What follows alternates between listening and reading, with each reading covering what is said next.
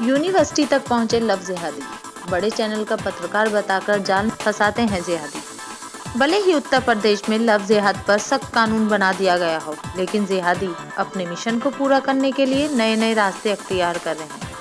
कभी स्कूल में टीचर बनकर छात्राओं से लव जिहाद करते हैं, तो कभी विश्वविद्यालय में अपने आप को मीडिया कर्मी बताकर छात्राओं को अपने जाल में फंसा लेते हैं।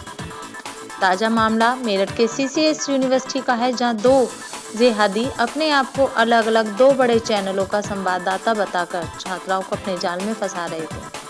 मामले का खुलासा तब हुआ जब एक जिहादी विश्वविद्यालय परिसर में बने स्वामी विवेकानंद पार्क के पास एक छात्रा से जबरदस्ती उसका मोबाइल मांग रहा था। लेकिन जब छात्रा ने अपना नंबर देने से मना कर दिया, तो जिहादी ने उसका हाथ पकड़कर खींचने की कोशिश की।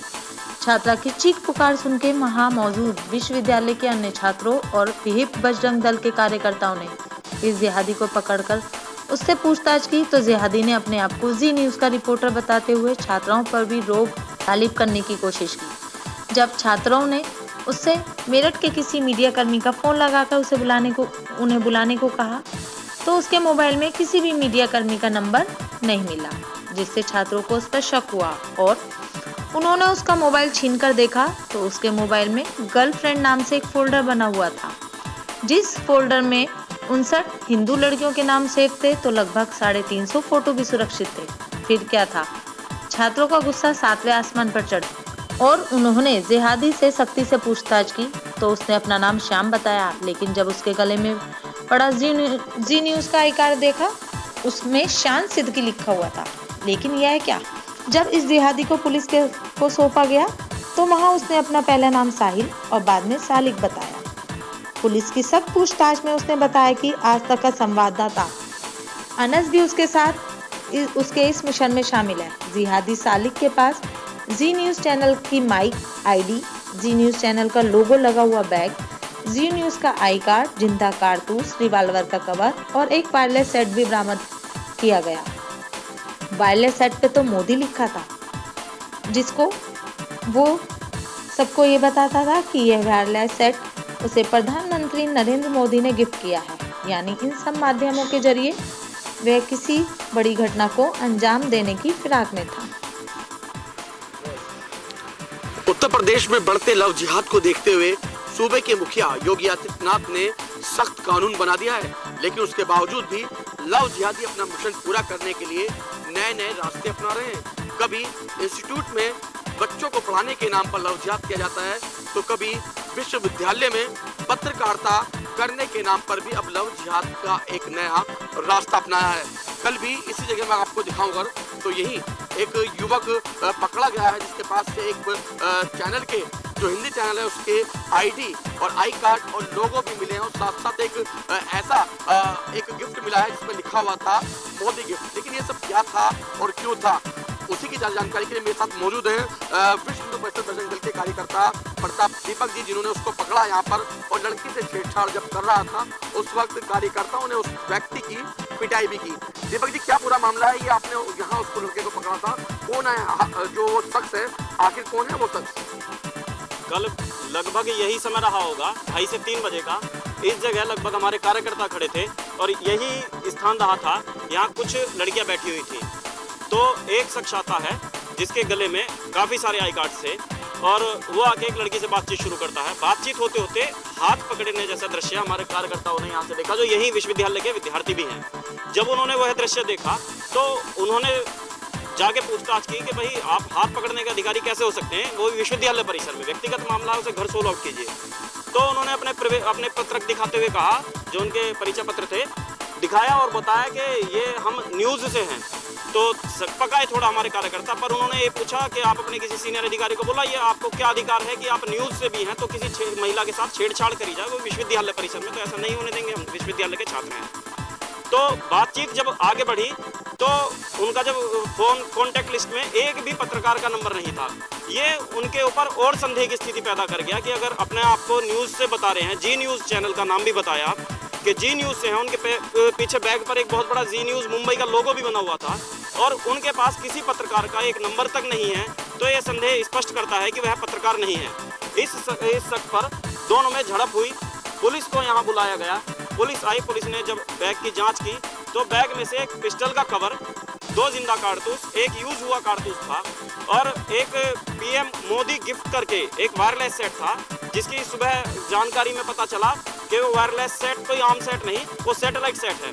और उसके फ़ोन में लगभग 350 नंबर, 350 फोटोज़ जो गर्लफ्रेंड नाम के फोल्डर में थे और उसमें लड़कियों के फ़ोटो थे, और साथ ही एक फोल्डर था गर्लफ्रेंड नाम से कॉन्टैक्ट का, जिसमें 59 नंबर थे और सारे के सारे हिंदू लड़कियों के थे।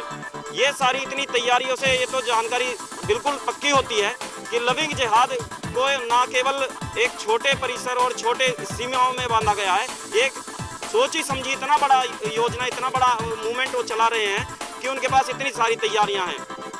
तो ये संदेह वाली स्थिति नहीं है, हिंदू समाज को जागरूक होना पड़ेगा। और बजरंग दल हमेशा कहता है लविंग जिहाद के लिए किसी हद तक जा सकते हैं तो फर्जी पत्रकार का रूप धारण करके और विश्वविद्यालय में जहां छात्राओं से न जाने किस किस प्रकार के प्रलोभन दे करके अपने काम निकालते होंगे, और तो और उनका शारीरिक, मानसिक और आर्थिक शोषण भी कर सकते होंगे। ये बताएं दीपक जी, जिस तरीके से मैं विश्वविद्यालय की बात करूँ, विश्वविद्यालय में किसी भारी युवक का आना, क्या सवाल निशान खड़े नहीं होते? और उसके बाद 59 नंबर वो भी हिंदू लड़कियों के उसके कॉन्टैक्ट में मिले हैं, वो भी गर्लफ्रेंड फोल्डर के कॉन्टैक्ट में मिले हैं, और गर्लफ्रेंड कॉन्टैक्ट के फोल्डर में आप बता रहे हैं कि 350 फोटो भी मिले हैं। तो कहीं ना कहीं बड़ी साजिश ये नहीं दिखा दे रही?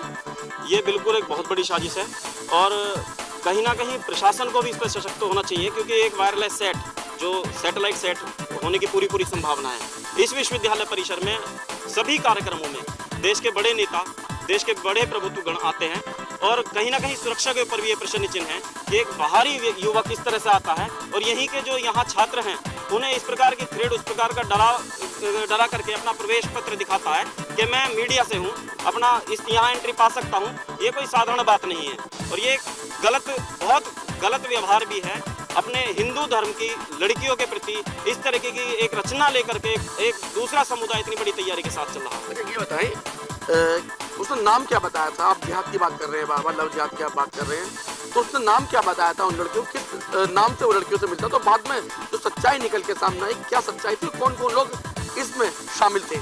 देखिए, जब बजरंग दल कथित सेक्युलर लोगों से बातचीत करता है तो उनका कहना होता है कि बजरंग दल ये लविंग जिहाद नाम का एक शब्द खुद निर्माण किया है और इसका कोई लॉजिक नहीं है।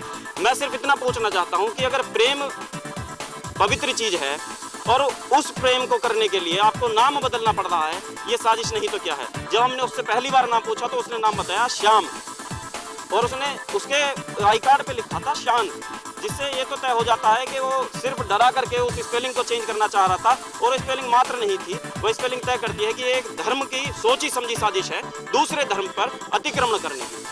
अच्छा, मतलब एक शब्द, मतलब एक वर्ड पीछे का खाली जो एन है, एन की जगह एम उसने लगा दिया, शान से शाम बना। लेकिन जब हकीकत सामने आई तो फिर क्या निकला?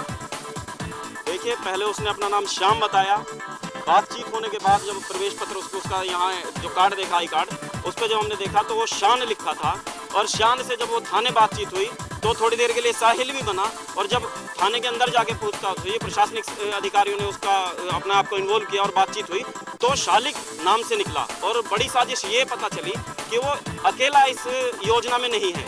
एक आज तक का जो समाचार एक माध्यम है बहुत बड़ा, और उससे उस न्यूज़ के एडिटर के नाम से यहाँ जाना जाता है, और अनस नाम है उसका, वो उसी ने बताया, और लंबे समय से ये दोनों इस काम को चला रहे हैं, और उसने बताया कि अनस ने और लोग भी इस काम के लिए छोड़े हुए हैं।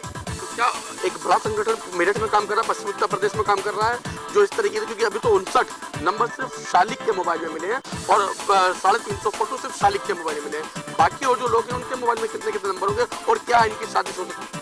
देखिए, यह प्रदेश बिल्कुल स्पष्ट है कि योगी आदित्यनाथ जी के नेतृत्व में काम कर रहा है, और ये भी तय है कि प्रशासन को इसका जवाब देना पड़ेगा और इस पर काम करना भी पड़ेगा, क्योंकि धर्म के आधार पे और इस तरीके के एक विश्वसनीय आयाम को अपना करके जो इस समाज का चौथा लोकतंत्र का चौथा स्तंभ कहा जाता है, उसमें घुसपैठ की जा रही है। उनके आई कार्ड, उनके माइक इस्तेमाल करके लविंग जिहाद का रूप दिया जा रहा, तो एक बहुत बड़ी साजिश है, और इसको रोकने के लिए बजरंग दल हमेशा खड़ा है, हमेशा तत्पर है।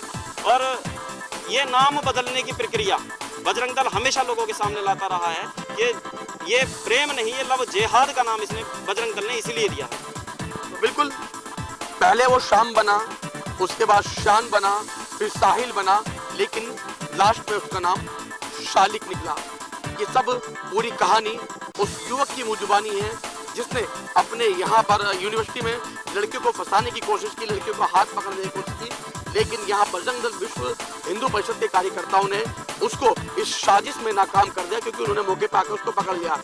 लेकिन कितने ही लोग अपना नाम बदलते हैं, कभी अमन बन जाता है अब्दुल्ला, तो कभी यहाँ जो तमाम लोग हैं वो अपने नाम बदल के लड़कियों को गुमराह करते हैं और अपने जाल में फंसाते हैं। अब इसी तरह जो ये लड़का पकड़ा गया वो बड़े चैनल का नाम बता रहा है कि उसका वो रिपोर्टर है, उसके साथ साथ एक व्यक्ति जो उसका साथी था वो भाग गया, वो भी अपने आप को दूसरे चैनल का संवाददाता बता रहा था, अपने आप को एडिटर बता रहा था।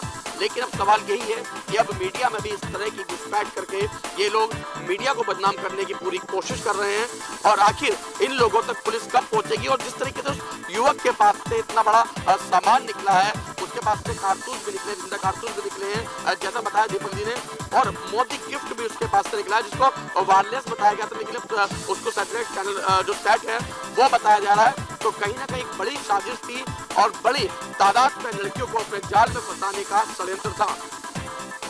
मेरठ से पार्थ और सागर के साथ